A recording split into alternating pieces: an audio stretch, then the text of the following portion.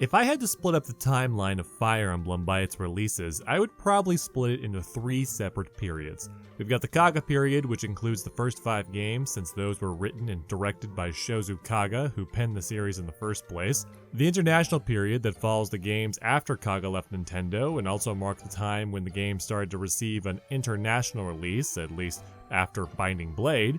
And then the modern period, which is marked by Fire Emblem's resurgence and newfound popularity thanks to Fire Emblem Awakening on the 3DS. And yes, there are games here that don't explicitly fall into these categories, so we just distribute them where they would fit best. These aren't very original or creative names, but they are what I'm going to be using as a reference for the rest of the month, so get used to it. Anyway, each of these periods are marked by distinct themes and styles within the games, elements that really set them apart from the other periods. The Kaga period's games followed basic but well-structured stories and held more focus on gameplay, mechanics, and strategy, but put less emphasis on its individual characters making up your army. The post-Kaga period introduced more character-driven narratives and also made more of an effort to make each individual unit stand out in their personality and appearance, and the modern period has shifted even further towards the RPG side of the series by putting even more emphasis on individual customization with unit stats and skills, and the expansion of how equipment now works. The modern period is also well known for introducing another major element to Fire Emblem, the creation of an avatar for the player. The avatar was a major game changer for Fire Emblem in a lot of ways, has become a significant identifier of the modern period. And because it was such a game changer, it naturally invited a great deal of discourse amongst fans on deciding whether it's been a positive or negative addition to the series. So when it comes to my opinion, I've definitely got feelings on Fire Emblem's avatar system. So that's the subject of the video today. Let's talk about, does Fire Emblem need an avatar?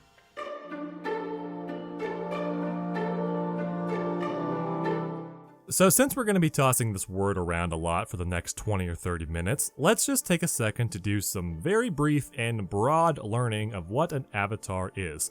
And you know what? This isn't why you're here, but you are going to get some knowledge done today, so sit down! The word avatar or avatar has origins in Sanskrit and Hinduism, avatara, which, again in very broad terms, meant to descend. Basically, whenever a Hindu god would decide to come down to Earth and set humans on the right path, they do so in some sort of incarnation that was obviously lesser than their typical deity form. These beings were their avatars, representations of them while not being their original forms. So eventually this word found meaning in other areas like online interactions, video gaming, and computer programming, where an avatar was what was used to represent a person online. And stuff like this is making me wonder if maybe this is one of several reasons why Hollywood likes to depict computer programmers as wizards with a god complex. Also, just real quick, I'm going to be pronouncing it avatar and not avatar or anything closer to the original pronunciation because avatar is how I've been saying it all my life, and that's the way most Westerners know it. So just be aware of that going forward. You can blame Nickelodeon and James Cameron for that, because America. I couldn't get an American flag for this. This is all I had. Anyway, as a result, this term has been used in video games for a very long time, but it's most accurate when playing a game that lets you make a customizable character. This character is the player's avatar. It allows them to interact with the video game world in their place, since we can't physically go into a video game. At least not yet. For bonus points, it's very common practice for people to create their avatar in their image, which also really plays into this unintentional god complex theme that this video is starting to follow. Not all games have customizable avatars. In fact, I'd say most of them don't. Most games that have a story follow a pre-written character that is controlled by the player, but is otherwise their own person. Their backstory, personal relationships, and decisions are all their own. We just make them go from point A to point B. We're basically controlling the action in a movie, but we're not driving the plot. For a long time, Fire Emblem followed this formula. The Kaga and International periods always followed pre-written characters like Marth, Roy, and Ike, characters that we, the player, didn't have much control over outside of gameplay mechanics such as who we wanted them to stab in the face or who we wanted them to be best friends with. But starting with the modern era, that changed as players could now customize a character that had an important part in the game's plot. And before anyone brings it up, no, I'm not counting Mark and FE7 in this discussion because I hardly consider them a character. They had no face, they had no audible dialogue, they existed because intelligent systems felt the need to justify a gameplay mechanic to Western audiences, other than just saying, hey, this is a video game, so you can see your character's movements and stats and control where they go, because it's a video game and not real life where you can't do that. Although Mark is canon and is brought up by characters in other games, namely Lyn, I'm not going to be including them much in this conversation. The first quote-unquote real Avatar character was Chris, a character introduced in Fire Emblem 12, which was a remake of Fire Emblem 3. Chris was created for a couple of reasons. For one, the team behind FE12 understood that since this game was a remake of a sequel, it might be confusing for new people to the series to start with this one, when a lot of stuff that happens in FE12 both references and is a result of what happened in the previous game. Believe it or not, this was not an original problem that the series had to face. The original Mystery of the Emblem faced the same conundrum, so to combat it, they decided to just remake the original game and include it on the cartridge as Book 1, allowing players to play through the story of the original to become more familiar with the setting and the characters. Since there was already a recent remake of FE1, there was no need to do something like that with this new game, so it was instead decided to have an avatar character that would serve as an audience surrogate, that being someone that didn't have knowledge of the previous game's events and would constantly be brought up to speed on what was happening by the other characters. Chris was also capable of being multiple different classes, had a customizable appearance and backstory, and overall could be a valuable part of your army. They could also support with every single character in the game, which gave the player lots of options to learn more about individual units who were mostly restricted to only a few support conversations with their other teammates. And there were several people that didn't like the inclusion of Chris because they felt that having a canonical self-insert took away from Fire Emblem's storytelling, and they also felt that Chris was shilled to hell and back by everyone else. Regardless, the trend of having avatars in Fire Emblem stuck.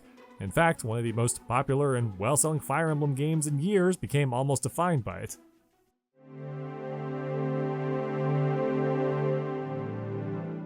In 2012 and 2013, Fire Emblem Awakening was released onto the Nintendo 3DS, and at this point, you know where this is going, because everyone said it before, even me.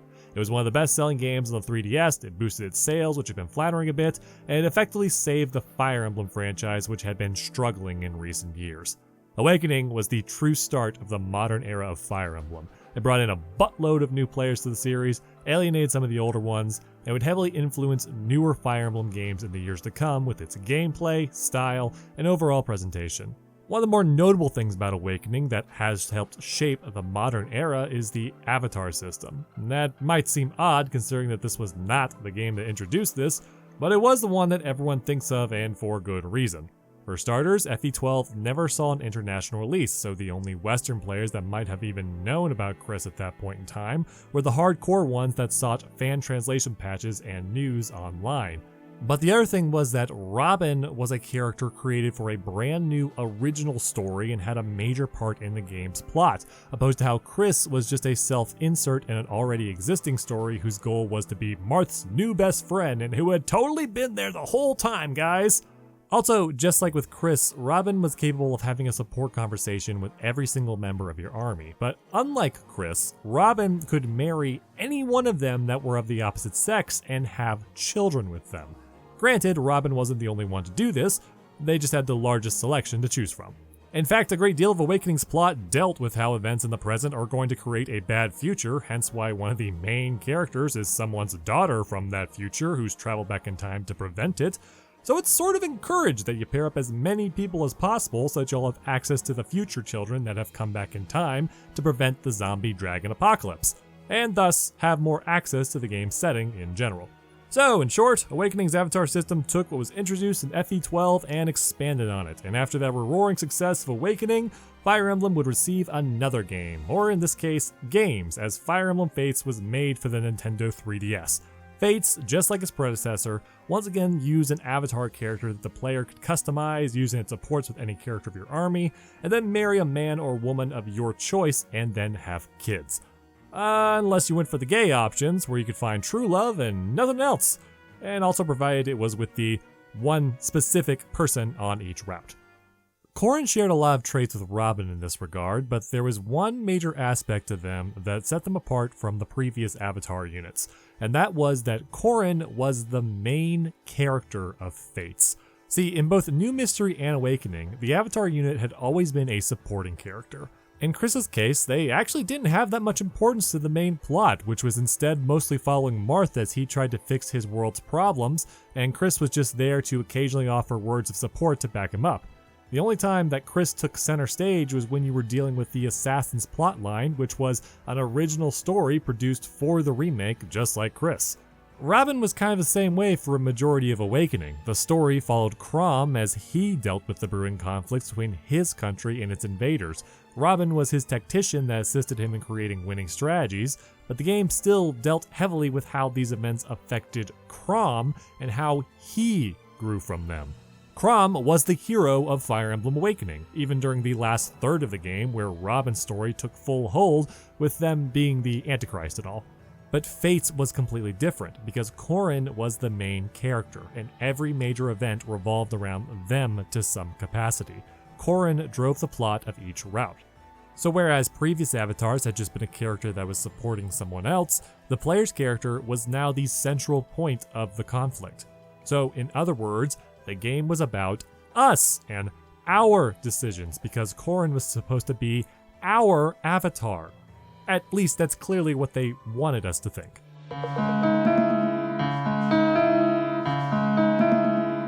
So now that we've established what an avatar is and how Fire Emblem has been making use of them, let's ask that question. Does Fire Emblem need avatar units? Well, no, it certainly doesn't need them. That much should be obvious, considering that there have been several games in the series that have been considered great that didn't make use of avatar units. However, I don't personally mind the use of avatars. I just kinda would like some changes to how they're currently handled if we're gonna keep using them in future games. And one of those changes stems from the fact that I don't feel that Fire Emblem avatars are actually really avatars.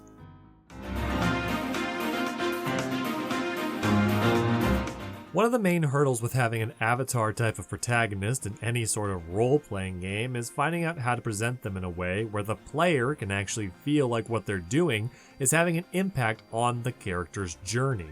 After all, this character is supposed to reflect us in some capacity. They are our avatar, our way of interacting with this world. They are a role that we are playing in this game. Get it? And the definition of what is and isn't a role-playing game has gotten pretty broad. Modern nomenclature towards RPGs doesn't just refer to how the characters and story are handled, for example, but also specific gameplay elements. Does something have stats of some sort attached to it, or levels to the character? Well, most people will consider that an RPG element. But regardless, we usually organize role-playing games into the categories of Western RPGs and Japanese RPGs, and each of these genres have specific codifiers to differentiate them, although these are still not universal and can vary. Western RPGs are usually defined by having a character that we create and one that we use to make important decisions throughout the game in order to shape the story and its outcome into something that we own. Sure, sometimes the character will have a pre-existing background and it won't be a completely blank slate, but often we still get a choice in how even that turns out. Western RPGs are often akin more to choose-your-own-adventure books. With JRPGs, the protagonist often has a preset name, face, and backstory, and their actions throughout the story are their own. You're along for the ride and might be able to make a few minor choices on how they do things throughout their journey, but for the most part, you have no influence on what kind of person they are. JRPGs are more along the lines of reading a novel while controlling the action scenes.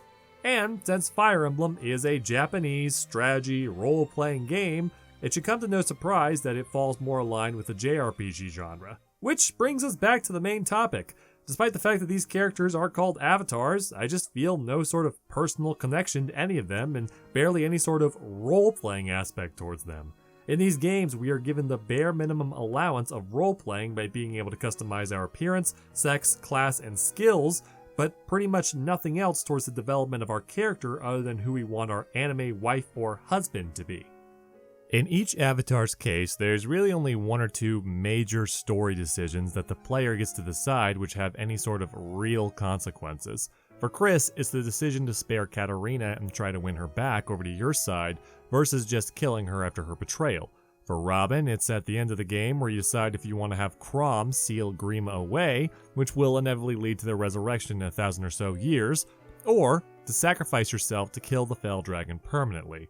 It's true that Robin does get several chances throughout the story to make one decision or another, but 90% of these have no impact on how anything in the story turns out.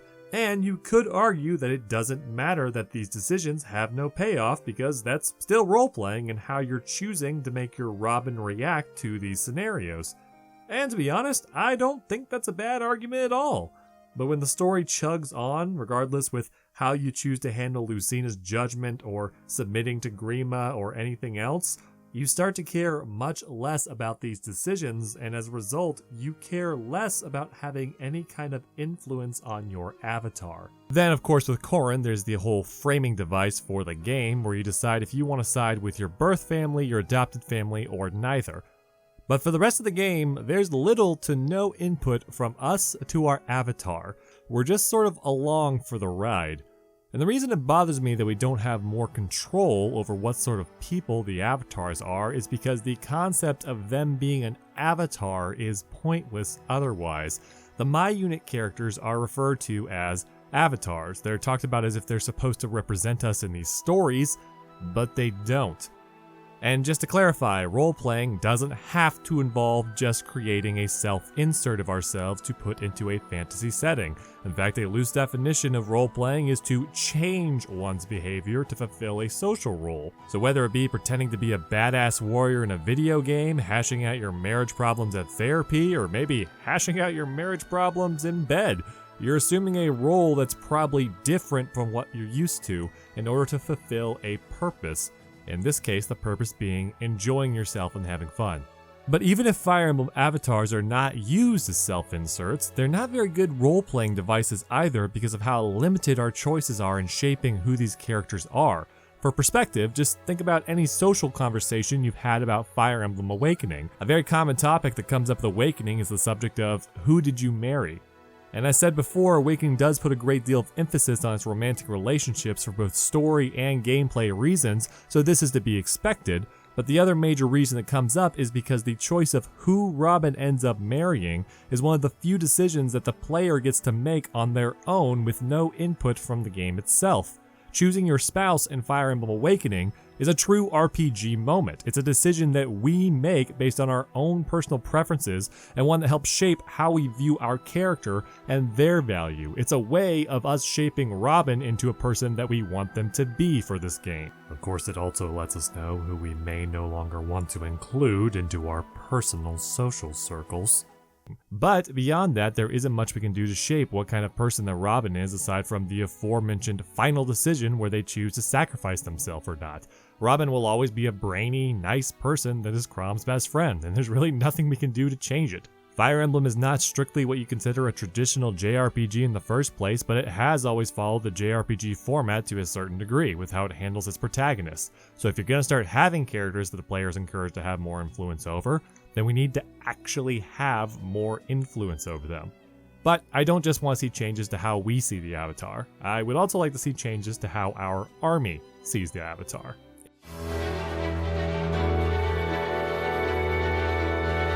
So I mentioned this very briefly in my FE12 review, but one of the main complaints I had with Chris as a character was that they were shilled to hell and back, and there really wasn't anybody in your army that didn't want to be best buds with them.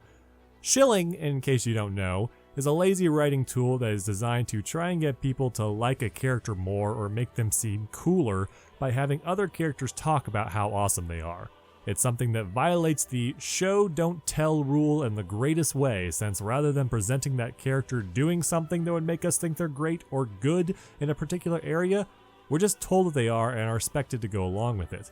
And you can see why this can become a problem, because if you end up shilling someone as being totally awesome and then they're not, it doesn't do much to endear you to that character or whoever was talking them up so much in the first place.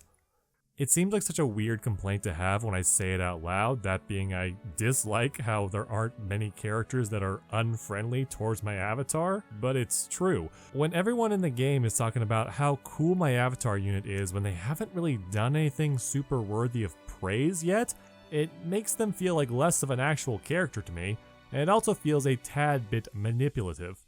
This part of writing for a role-playing game is actually a bit trickier than some people might realize. In a video game, you want your player to feel like they are accomplishing things through their actions, and it's always nice for people to give you praise for it. You save a village from a bunch of level 1 crabs? Well, that village better be freaking grateful for your crab genocide. I tell you what, they'd all be living out of seashells if it weren't for you coming in and turning the place into a red lobster. But it's easy to overdo this by having characters overinflate your accomplishments, or just by having them open up to you so easily about themselves when it doesn't seem like you've earned it yet. I'm not saying that every single person in your army needs to have friction with the avatar, but it would be a bit more realistic and noteworthy to maybe have more people with conflicting ideologies or methods that require a bit more for you to truly earn their trust or to even support with them. Or better yet, just straight up have people in your army that you can't be friends with. Looking back on some of the older Fire Emblem games, there were lots of main Lord characters like Roy, Eliwood, Erica, and Ike who were supposed to be likable and well-meaning people, but they still couldn't support with everyone in their army. Sure, they had more supports than most typically, and there were actual gameplay reasons that this was restricted, but there were still members of their army that wouldn't give them the time of day both in the story and the support conversations. And it's because of reasons like this that I felt that these characters always felt a bit more realistic in their portrayal when it came to these social aspects. If you really want the absolute worst case of character shilling when it comes to Fire Emblem avatars, then you should check out the mobile game Fire Emblem Heroes. Heroes once again makes use of an avatar character, but they're a lot closer to the Mark model than the Robin and Corrin. Once again, they're just normal-ass characters that are meant to act as a game mechanic / framing device and who have no audible dialogue whatsoever, and are also even implied to literally be us from the modern world. Literally, all the summoner character in Fire Emblem Heroes does is summon heroes for you to use in your army. And sure, that's an important job in a war where you need powerful army members to make up your forces to win against people like the Soldiers of the Damned. But there's a big difference between being appreciative of someone doing a service for you and the level of hero worship the summoner gets. It would be like thanking your sandwich artist at Subway for putting the right amount of lettuce on your BLT versus asking them to name your firstborn. Honestly, out of all the avatars that we've had so far, I've actually felt that Corrin has handled this particular aspect in the best way. Wait, hold on. Just hear me out. Hear me out first. I know that Fates has some writing problems, and Corrin especially has issues, but just wait to see where I'm going with this. The main driving conflict of Fates is created by Corrin's decision on which family he wants to side with, his birth family, his adopted one, or neither. Whichever one you choose will have consequences for the other, because obviously one family is going to be upset they didn't get picked, among other reasons. As a result, for the rest of the story, whenever you run into your estranged family members, they'll call you out about how you betrayed them and ask how could you possibly side with their mortal enemies. And you know what? In a lot of cases, it was actually effective. Probably the best instance was the chapter where you actually made your choice. And for Conquest in particular, you have to go and beat up your other family, so characters like Sakura are crying and confused as to why you're doing this, and Takumi is just calling you an asshole. At least more so than usual. This is all a result of a choice you made, and the consequences are things that you have to deal with. Even if you do make your family come around to your decision in the end in some form or another, it's still something that Corrin had to work towards. And there are even several characters that show up that don't forgive Corrin for what they did and call them out on that too. For all its other problems, I feel that Fates did the best job with having an avatar that had a level of choice and consequence for their actions. I liked that there were characters that didn't like what you were doing and you either had to win their trust back or just remained enemies for the rest of the story. If we're going to continue having avatars in Fire Emblem, this, more than anything else, is something I want to see expanded upon. This idea that I can make decisions with my character that will shape how things turn out for them and actually provide a real role-playing experience for my avatar.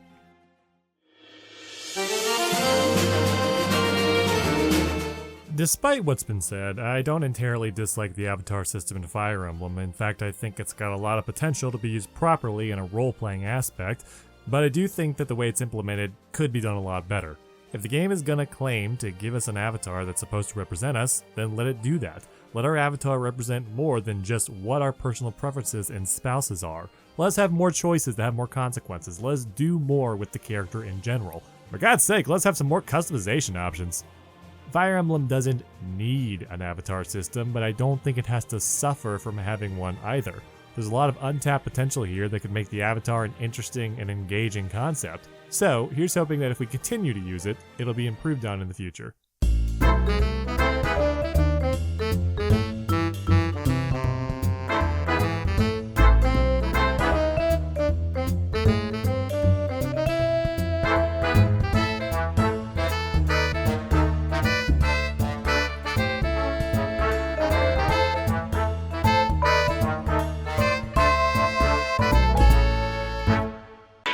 Special to me. That feeling has been building for a long time. It crept up on me. I can think of at least 4 guys that must suck to be in this universe. Hey there, thanks for watching this video. Did you like hearing about Fire Emblem? Did you like that voices were involved to some capacity? Well, in that case, you should hop on over to GrueGamerDan's channel and check out the upcoming Fire Emblem Fandub that he's working on. It's going to be a fan-made project going through the events of Fire Emblem 7, The Blazing Blade, and will feature the voices of tons of talented people, including yours truly. Who am I voicing? Well, you'll just have to wait and see when the project starts rolling out. Should be a fun thing all around, so be sure to subscribe to him for updates and check it out. And as always, thanks for watching this video, and we'll see you next time.